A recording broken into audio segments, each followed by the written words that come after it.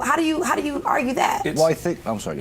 He took pleasure. He found it funny to abuse and torture these animals. Do you take pleasure eating your steaks at night, though? Do you take pleasure when you eat your food? Seriously? I don't look.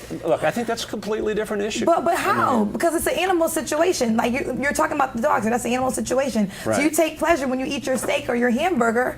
So you're saying he took pleasure, and he was wrong. He knows don't that have now. to hire me either. But I'm telling you. No, I understand that. I want to understand, though. I want to understand that, and to hire him so quickly really sends the wrong message. But the difference is that in using different animals, in this case, there was a criminal enterprise in place he funded that committed the most abhorrent, so it wasn't legal, acts. basically.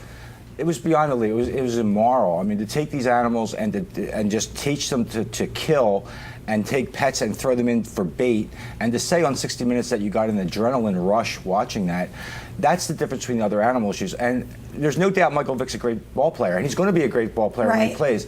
But the issue, I think, is that's what's so polarizing here, is that that's not what people have no doubt that he's a great ball player, but he is a convicted animal abuser, and that's what they want to see. We use animals to test medicine every single day. Yeah, we use animals. Like, this is why I don't get it, because you can't tell me that I know what he did was wrong, but you can't be so passionate about the dog and not care when all these other animals, we kill them every day to find out if this medicine's going to work. We kill them to eat every single day. These animals go through a lot to be our food on our plate at night. So you can't sit here and make me understand how you could be okay with that and not okay with this. What he did was not legal, but I mean, should it be legal that horse racing should be legal?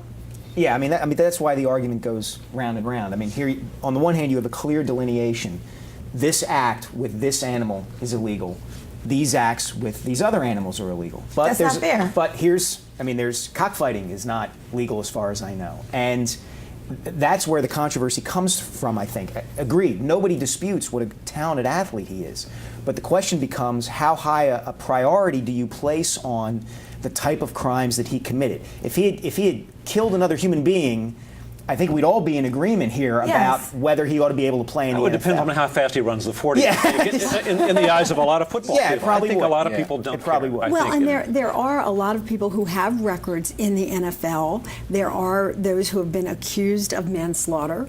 There are those who have been arrested for battering their girlfriends or their wives. Well, that raises a point I wanted to mention There's before. Dante Stallworth, who was 24 days in jail for a fatal DWI, and even though he's suspended for this year, will most likely come back. Well, you mentioned earlier, Lynn, about what is the fans' reaction going to be once Vick starts to play? How are they going to take him? A couple of years ago, in 2006, the Philadelphia Phillies had and still have a pitcher named Brett Myers, who was arrested for abusing his wife. Got in an argument and allegedly hit her outside a Boston bar. And for a while after that, fans in Philadelphia were up in arms about the possibility of Brett Myers coming back to pitch. You can't have a wife abuser pitch. Not on our team. Don't the Phillies stand for something? Well, Brett Myers came back and started to pitch pretty well. And then all of a sudden, Brett Myers was acquitted, or the charges were dropped, because his wife didn't want to press charges against him.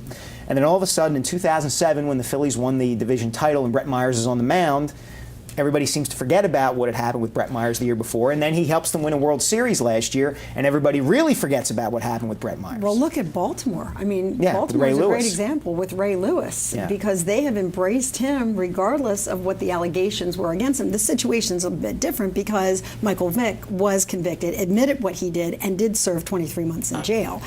Ray Lewis, on the other hand, was acquitted of manslaughter. So he pleaded down to a lesser charge. It's a different situation. But I think the important issue here to understand is I think there will be a time when many more people in the Philadelphia area embrace Michael Vick, but there's always going to be a large percentage that are never going to embrace him. They're going to despise him for what he did. But there's an opportunity here, as Marcus said when he called earlier, for the Eagles, now that they've sort of stepped aside from their stated position about dogfighting, to really make an impact in this city. This city could really, in the inner city, going to these kids when they're young and saying, this is abhorrent what you do. Report it, get out of this, get programs in place so that it doesn't perpetuate this. Well, that's the opportunity that the Eagles have right now. We've heard that term teachable moment several times this past summer, and I used it myself in the beginning of the show, and I wonder if there is a teachable moment, not only from the perspective of the Eagles saying, hey, this is what we need to tell young people about this dog fighting and how awful it is, but also about forgiveness in a society that says once you've served your debt, you're supposed to come back out and serve mankind. Well, they've set themselves up for that by what Jeffrey Lurie and Andy Reid said last, when they introduced Vick. They've set themselves up for that. They have to I would argue they have to follow through on it, because the way they couch this was, if you don't support us in this endeavor, you're not being Christian and you're not being American. Right. You're almost being un-American by not supporting us, signing Michael Vick and giving him a second chance. I hesitate to say he'll be on a short leash, but I think they are going to watch carefully what he does. But I would say it would be a more effective teachable moment if, in fact, he could not get back into the NFL immediately, and if he went around and spent a year talking about this issue and bringing the message, not the message that, yeah, this was tough, and yeah, I had to go to jail, but look, I'm back out, and I've got a $7 million contract. If he went around and said, I am denied the thing that I love.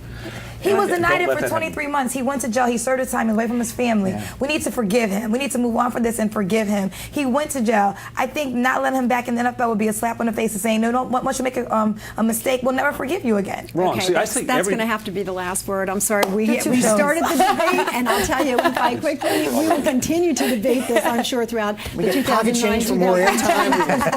A part two. Let's hope it all works out. Kendra and Mike, thank you so much for being with us. Great to have you with us. And Dave and Tom, thank you for your perspective as well. Hey, before we sign off, I want to congratulate the staff and the crew of It's Your Call for having been nominated for an Emmy in the category of Best Interview or Discussion Program. These folks have been and continue to be a pleasure to work with, so please join me in congratulating them on this honor. Until the next time, my thanks to that very crew and to you for watching. I'm Lynn Doyle. We'll see you the next time.